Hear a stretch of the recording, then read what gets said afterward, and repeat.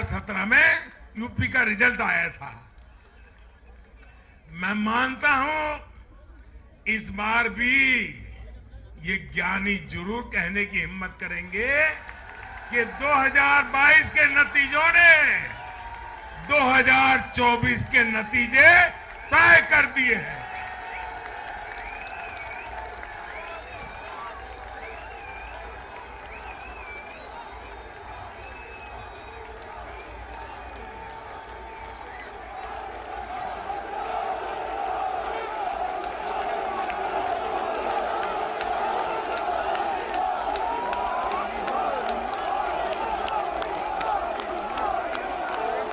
मैं आज पंजाब के भाजपा कार्यकर्ताओं की भी विशेष प्रशंसा करूंगा। उन्होंने विपरीत परिस्थितियों में जिस प्रकार पार्टी का झंडा बुलंद किया है, वो आने वाले समय में पंजाब में भाजपा की मजबूती को, देश की मजबूती को एक अहम स्थान के रूप में विकसित करेंगे, ये मेरा पूरा विश्वास है। पंजाब में भाजपा एक शक्ति के रूप में उभरनी है, ये मैं अपनी आंखों के सामने देख रहा हूं दोस्तों। सीमावर्ती राज्य होने के नाते पंजाब को अलगाववादी राजनीति से सतर्क रखना भाजपा का कार्यकर्ता जान की बाजी लगा करके भी इस काम को करता रहेगा। आने वाले 5 सालों में भाजपा का हर कार्यकर्ता वहां इस दायित्व को जोर शोर से निभाने वाला है। ये विश्वास मैं पंजाब की जनता को आज देना चाहता हूं। साथियों, ये चुनाव ऐसे समय में हुए हैं जब दुनिया 100 साल के सबसे बड़े कोरोना जैसी महामारी के संकट से लड़ रही है। पूरी मानव जात, पूरा विश्व 100 साल में ऐसी बीमारी नहीं देखी, ऐसी मुसीबत से लड़ना नहीं पड़ा है। ये जैसे कुछ कम था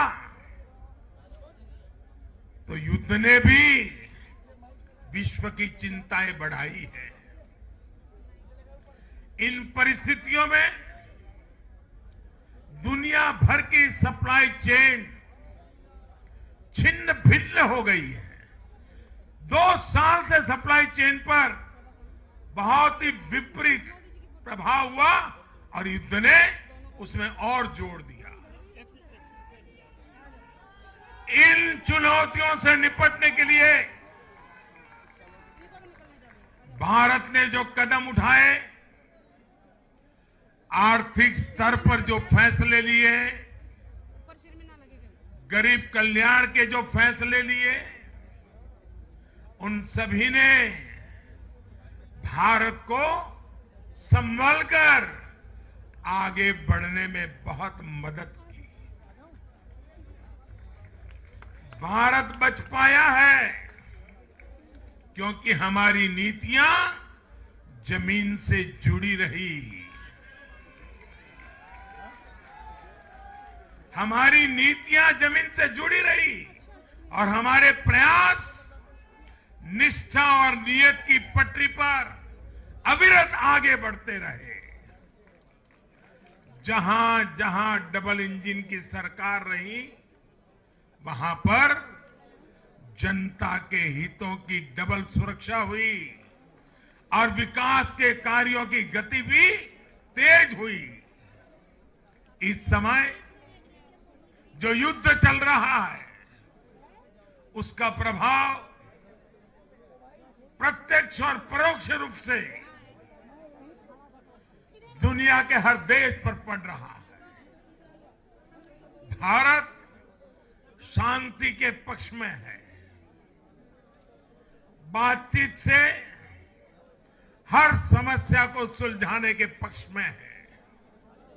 लेकिन जो देश सीधे जंग लड़ रहे हैं, भारत का उनसे आर्थिक दृष्टि से, सुरक्षा की दृष्टि से, शिक्षा की दृष्टि से, राजनीतिक दृष्टि से नाता है।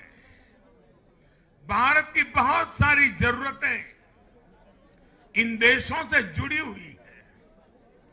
भारत बाहर से जो कच्चा तेल मंगाता है, पाम ऑयल मंगाता है, सनफ्लावर ऑयल मंगाता है, उसकी कीमत भी अंतर्राष्ट्रीय बाजार में बहुत तेजी से बढ़ रही है। कोयला हो, गैस हो, फर्टिलाइजर हो, सभी की कीमतों में पूरी दुनिया में कल्पना बाहर का उछाल आ रहा है।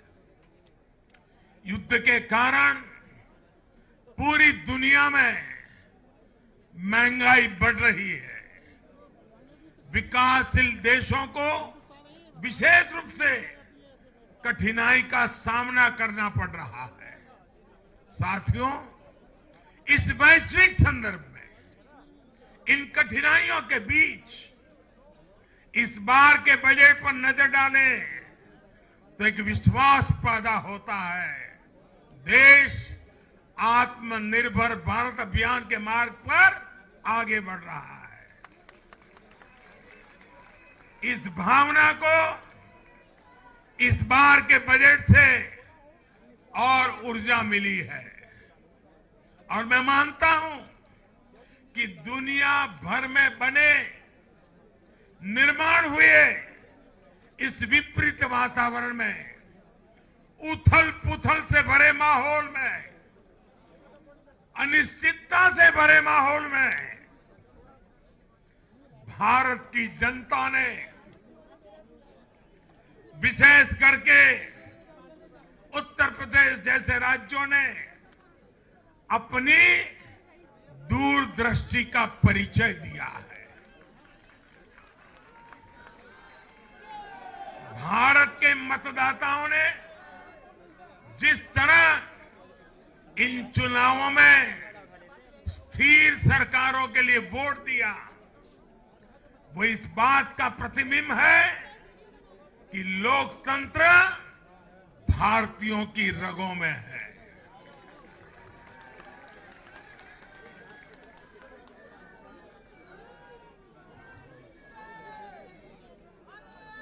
लेकिन भाई और बहनों, आज इस अवसर पर मैं देश के सामने अपनी कुछ चिंताएं भी रखना चाहता हूं। देश का नागरिक तो बहुत जिम्मेदारी के साथ देश के हित में अपना काम कर रहा है। जब भी उसको अवसर मिलता है, वो जिम्मेदारी के साथ पेश आता है।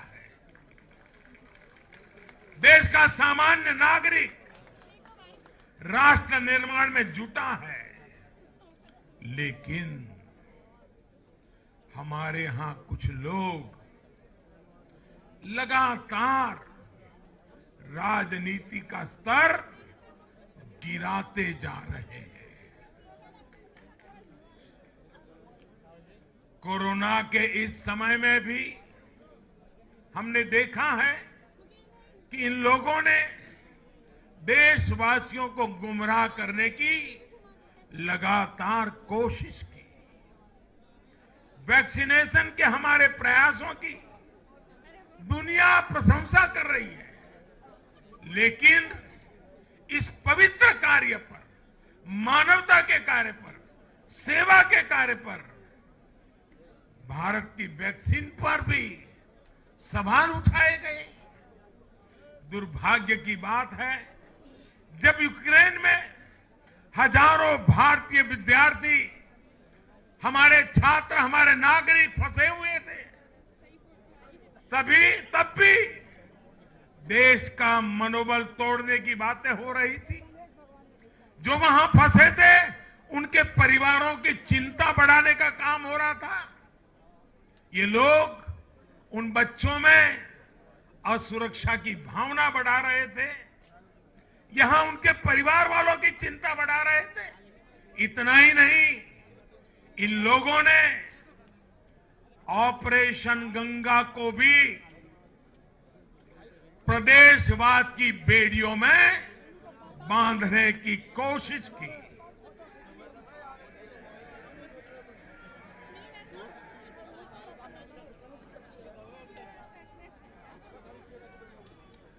हर योजना को, हर कार्य को क्षेत्रवाद, प्रदेशवाद, जातिवाद, संप्रदायवाद का रंग देने का प्रयास भारत के उज्जवल भविष्य के लिए बहुत बड़ी चिंता का विषय है। साथियों, इन चुनावों में मैंने लगातार विकास की बात की। गरीबों को घर, गरीबों को राशन, वैक्सीन, आधुनिक इंफ्रास्ट्रक्चर, हर विषय पर भाजपा का विजन लोगों के सामने रखा। इसके साथ ही जिस एक बात पर मैंने सबसे ज्यादा चिंता जताई थी वो थी गौर परिवारवाद। मैंने राज्यों के लोगों को बताया कि कैसे मैं किसी परिवार के खिलाफ नहीं हूं, नहीं मेरी किसी की व्यक्तिगत दुश्मनी है। मैं लोकतंत्र की चिंता करता हूं और मैं सभी ज्ञानियों को कहता हूं, जरा लोकतंत्र के तराजू पर इन चीजों को तोल के देखो।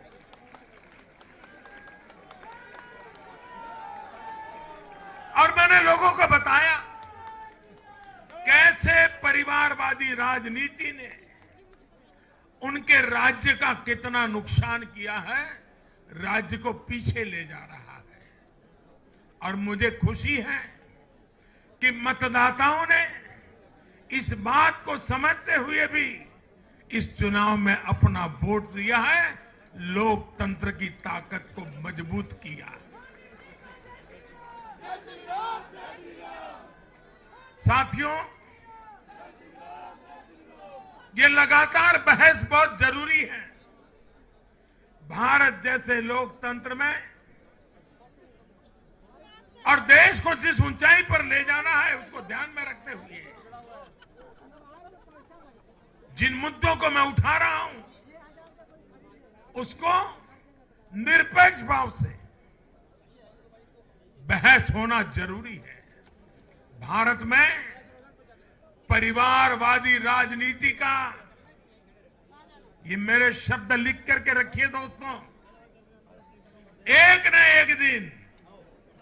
एक दिन ऐसा आएगा जब भारत में परिवारवादी राजनीति का सूर्यास्त ये देश के नागरिक करके रहेंगे।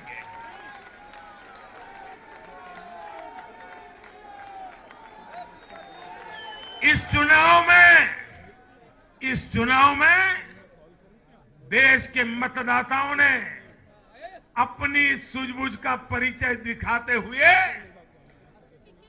ये क्या होने वाला है इसका इशारा कर दिया है। साथियों, आज एक और विषय में देश के लोगों के सामने रखना चाहता हूं। ये विषय है भ्रष्टाचार के खिलाफ कार्रवाई को रोकने की साजिश। आप मुझे बताइए साथियों, क्या भ्रष्टाचार के खिलाफ कार्रवाई होनी चाहिए कि नहीं होनी चाहिए?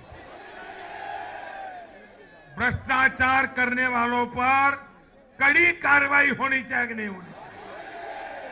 ये भ्रष्टाचार रूपी दिमाग देश में से नष्ट होनी चाहिए कि नहीं होनी चाहिए?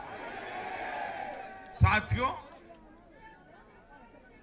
हमारे देश में भ्रष्टाचार के खिलाफ लोगों में, भ्रष्टाचारियों के खिलाफ, ऐसे भाव रहता है। देश की गाढ़ी कमाई को लूटकर अपनी तिजोरी भरने की ये प्रवृत्ति कुछ लोगों की पहचान के साथ जुड़ गई है। भारतीय जनता पार्टी 2014 में एक ईमानदार सरकार का वायदा करके चुनाव जीती थी और हमारी ईमानदारी को देखकर 2019 में जनता ने हमें और ज्यादा आशीर्वाद दिया।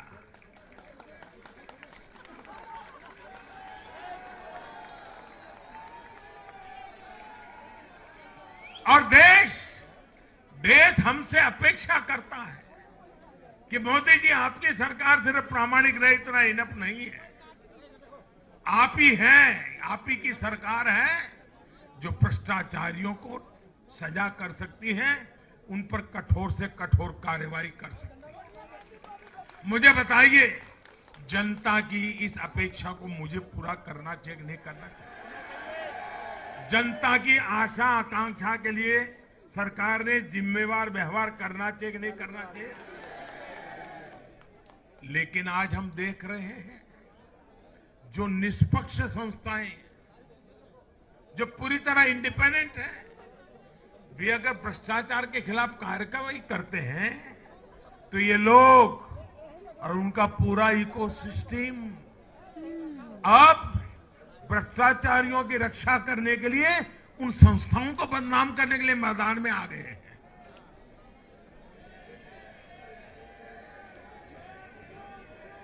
ये देश का कितना बड़ा दुर्भाग्य है कि घोटालों से घिरे लोग एकजुट होकर अब अपनी इकोसिस्टम की मदद से इन संस्थाओं पर ही दबाव बनाने लगे हैं।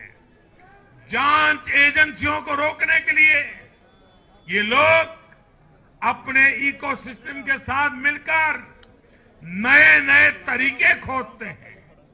इन लोगों को देश की न्यायपालिका पर भी भरोसा नहीं है। पहले हजारों करोड़ रुपए का भ्रष्टाचार करो, फिर जांच भी नहीं होने दो, और जांच करे तो उस पर दबाव बनाओ। ये इन लोगों की प्रवृत्ति है। और देश के लोगों को एक और बात पर मैं ध्यान देना के लिए आकर्षित करना चाहता हूं। ये लोग किसी भ्रष्टाचारी पर कार्रवाई होते ही उसे धर्म का रंग देते हैं, प्रदेश का रंग दे देते हैं, जाति का रंग देने लगते हैं। ये नए तौर तरीके शुरू हुए हैं। किसी माफिया के खिलाफ अदालत कोई फैसला सुना देती है तो भी उसे ये लोग धर्म और जाति से जोड़ देते हैं। ऐसे में भारत के मैं सभी संप्रदायों से आग्रह करता हूं, मैं सभी जाति पे गर्व करने वाले ईमानदार लोगों से आग्रह करना चाहता हूं। उन सबको सोचना होगा कि ऐसे भ्रष्टाचारियों, ऐसे माफियाओं को अपने समाज से, अपने संप्रदाय से, अपनी जाति से दूर करने की हिम्मत करें। इससे समाज भी मजबूत होगा, संप्रदाय भी मजबूत होगा और हर व्यक्ति का भला होगा। और यूपी में हमारी विजय का एक कारण यह भी है कि वहां के लोगों ने कई दशकों से ऐसी राजनीति का बहुत नुकसान सहा है। मैं बनारस का सांसद होने के नाते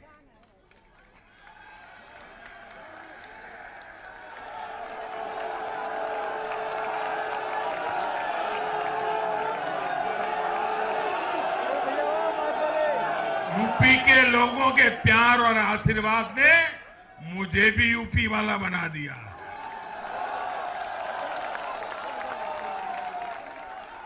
मैं बनारस का सांसद होने के नाते मेरे अनुभव से कह सकता हूं, यूपी के लोग ये बात समझ चुके हैं कि जाति को बदनाम करने वालों से, संप्रदाय को बदनाम करने वालों से अब दूर रहना है और राज्य के विकास को ही सर्वोच्च प्राथमिकता देनी है।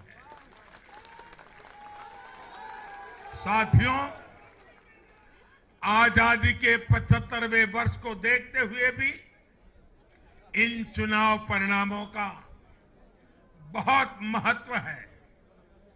भारत आजादी के अमृत काल में प्रवेश कर रहा है। ये चुनाव परिणाम आने वाले 25 वर्षों के हमारे राष्ट्रीय संकल्पों के प्रति देश के मिजाज को, देश के मूड को प्रतिबिंबित करते हैं। यहां से हम दो पटरियों पर एक साथ तेजी से काम करने वाले हैं। एक तरफ गांव, गरीब, छोटे किसान, लघु उद्यमी, उनके कल्याण पर हमारा जोर है। वहीं दूसरी तरफ देश के संसाधनों, देश की युवा शक्ति को नए अवसर देकर हम आत्मनिर्भरता के मिशन को तेज करना चाहते हैं। भारत का युवा आज अपने हुनर से, अपने बुद्धि के बल से और अपनी क्षमता के उपयोग से दुनिया को समाधान दे रहा है।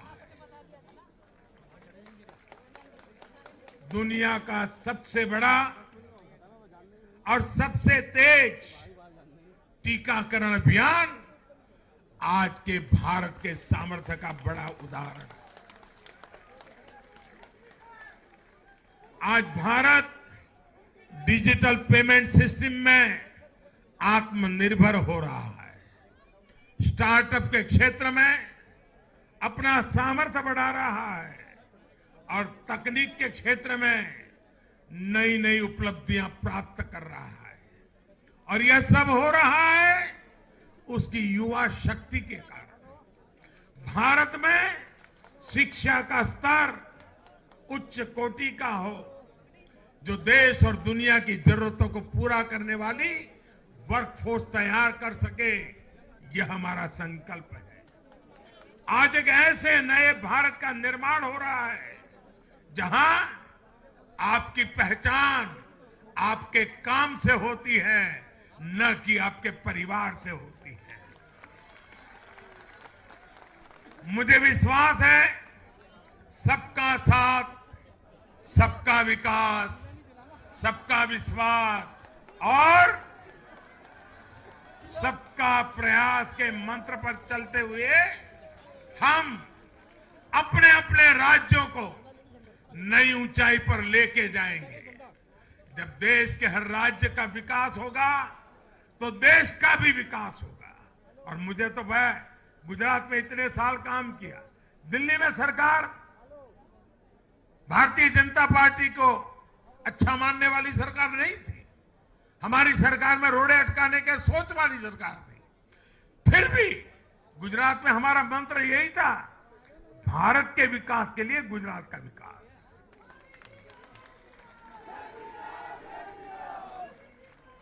साथियों, हमें जुट जाना है, एक पल भी गंवाना नहीं है। चुनौतियां कितनी ही कठिन क्यों न हो, लेकिन जीतने का संकल्प उससे भी बड़ा होता है।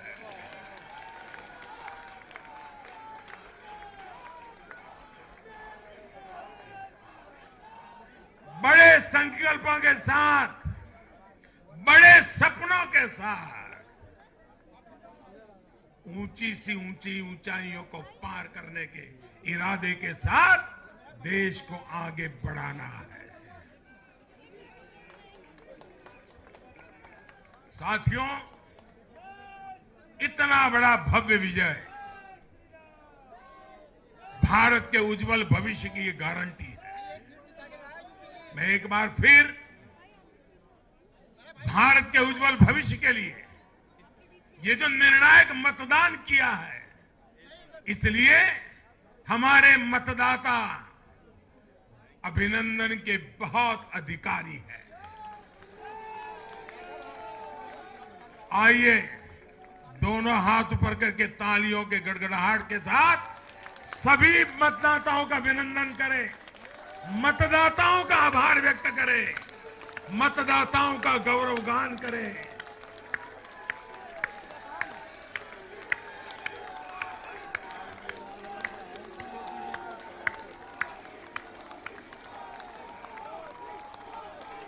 भारत माता की, भारत माता की, भारत माता की।